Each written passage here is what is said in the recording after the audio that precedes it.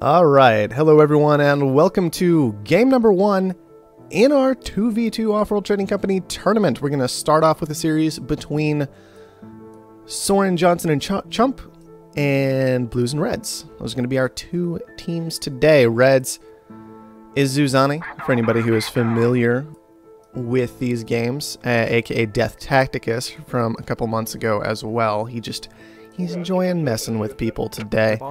We can see Reds and Blues, I am going to call him Reds just for my own sanity, have selected founding locations, it looks like, both of them wanting to place in the west. Soren may have gotten in the way of some of that, though. He has claimed a very nice scientific location for himself, just taking a couple of steel. I don't know why he hasn't taken that third steel just yet. Blues apparently decides the remaining territory is good enough for an expansive player, and then finally, Chump is going to land in the midst of some aluminum and some water, but he is initially focused on what? On silicon is what it looks like. Chump is going to be grabbing up right away. That's very far away. I'm a bit concerned about that, especially because I don't see him doing a whole lot else. Looks like he's going to take some aluminum along with it. So silicon and aluminum for Chump right off the bat. A little bit concerned about that one. Not sure exactly how I feel about it. Reds has just gone into a ridiculous amount of steel production, as one might expect from an expansive player. We do see these little pings coming out, kind of indicating tiles and such. Probably talking about Goon Squad placement there is what we're looking at for those two. Whereas Soren, he did finally move into 3 steel mills. He's got a geotherm ready to go, 2 water tiles ready to go. Don't know why he hasn't used those just yet, but it does look like Reds and Blues are off to a bit stronger start than Soren and Chump this game. Alright, finally we've got some reactors coming down for Soren. That's just what they'll be looking at to do with all this steel that's coming in as fast as they can, probably. And let's see, can we get back on over toward Chump? Chump, neither of them sharing resources just yet for Soren and Chump, it would appear. We've got, yeah, nobody sharing resources over here at all. They're just both operating on their own for the time being. Whoa, there it goes. Now we're sharing resources. I don't know what that was about. But suddenly Chump has plenty to upgrade. Maybe Soren was just trying to get his level 2 building set up first.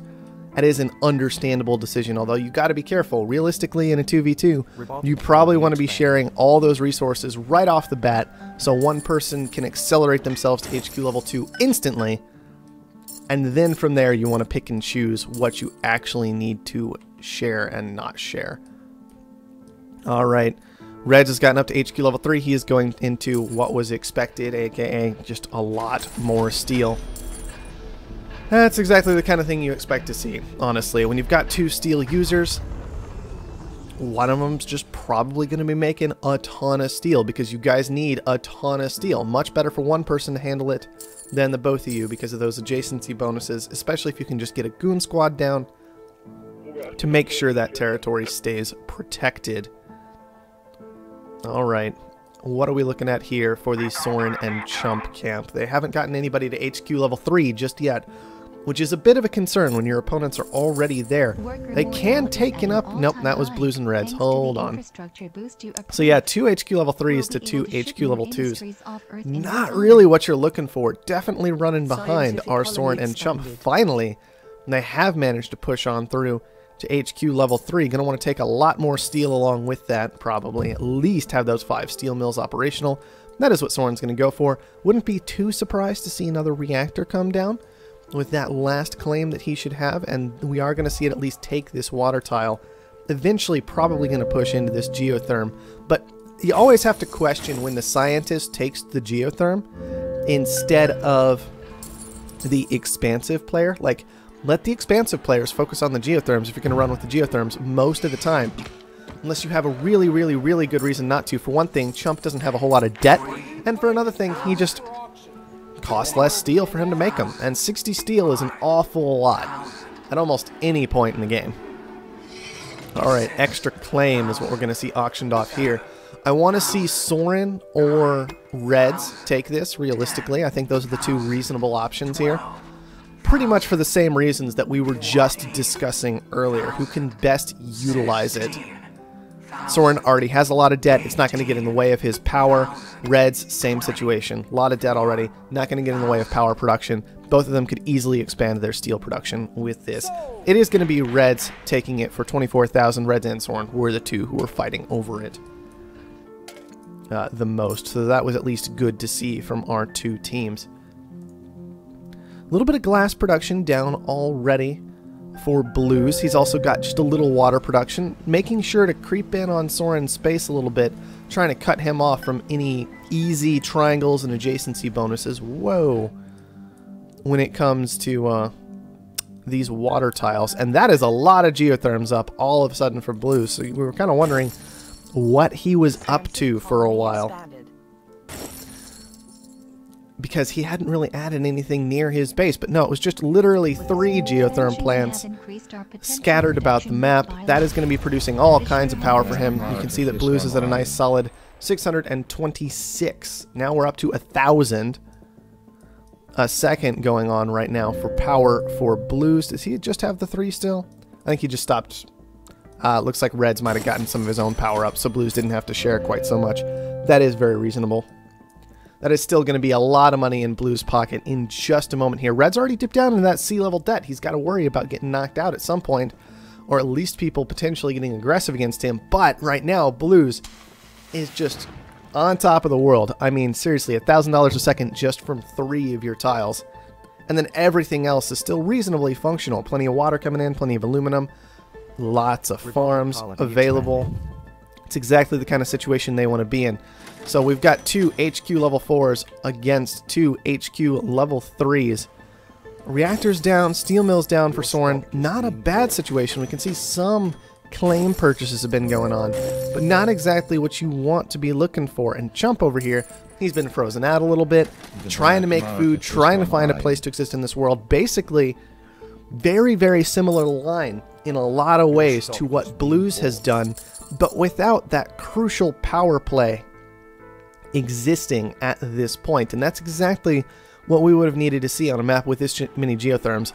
Like 2 more geotherms over in the hands of Chump, and he could have been in a much, much better spot. Instead, we've got like an extra farm coming down, and he might just have too much debt by now to really tear through it too quickly, as Blues has gotten an advantage with that power price. And we can see that power price has been paying off massively.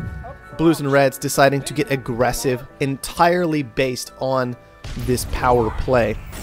It is making them enough money to pull that off potentially. I mean, these farms getting frozen out, sure, whatever. It's 100 a second on the farms. It's like 50 on the water, 35 on the electronics. That is not the story of this game. The story of this game is these $412 value geotherm plants.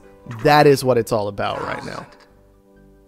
Scientific colony expanded. All right, auction's going to go away for 20,000 just on over to Reds. He's willing to absorb a significant amount of debt right now.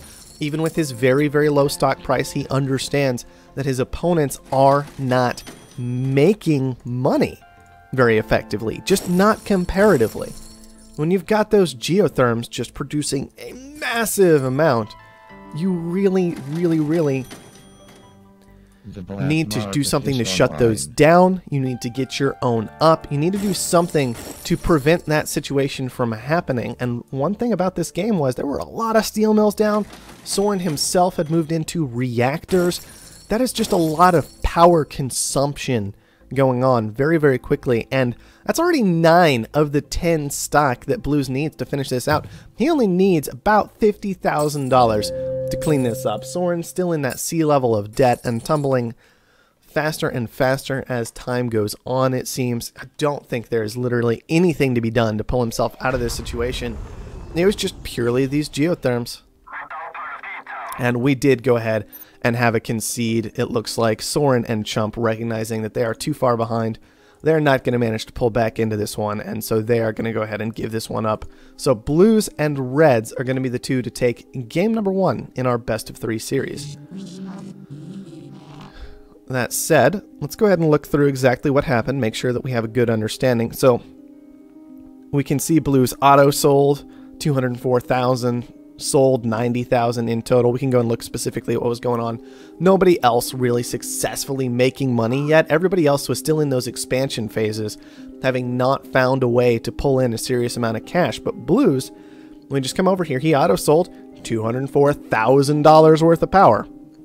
He auto-purchased about 23,000, right? So that's a good, what, 180,000 in profit from power? That's not a small amount of money, guys. Pretty much no matter what phase of the game you're in, $180,000 is not a small amount of money. Even if we just look at his purchased versus sold, we can see that was only about 65,000 for that one. So like 3/4 of his money, about, let's say. 3/4 of it coming from power alone. That's just 3 of his tiles. 3 of them. And that's all he needed to clean up this game. Obviously, he did go into solar panels later on as well to augment this past the geotherms. And that was a strong decision on his part. I think getting out of the glass, getting into the solar, made a lot of sense since everybody was collecting a lot of silicon that game in particular. Solar panels would not have gotten particularly expensive. And everybody was also going into geotherms. No earlier solar panels had been placed down. I think it was a huge misread that everybody took this much silicon as early as they did. Just something you've got to be aware of is what kind of power resources are available on the map, who's going to be trying to use them, all that very, very important stuff to consider. I don't know if there's a whole lot worth looking at past this. We can see Soren, I mean, he got some work done, but only sold about $40,000 worth of stuff. Only made about 40,000 that match. Chump only made about 15, it looks like. Could never auto-sell any real amount of power successfully. Reds didn't make anything either, right? He's just sitting on about 24, but he didn't have to, because that's the point of having a teammate. Alright, guys, we've looked at that more than enough. What do I do if I press the continue? Okay, there we go. It was just showing a buyout in the background because it's ridiculous. Let's go ahead and see what people were talking about, if anything. Oh no, let's just break everything. Let's just break everything. Great. Alright. Looks like I'm gonna have to kill things. I'll be right back.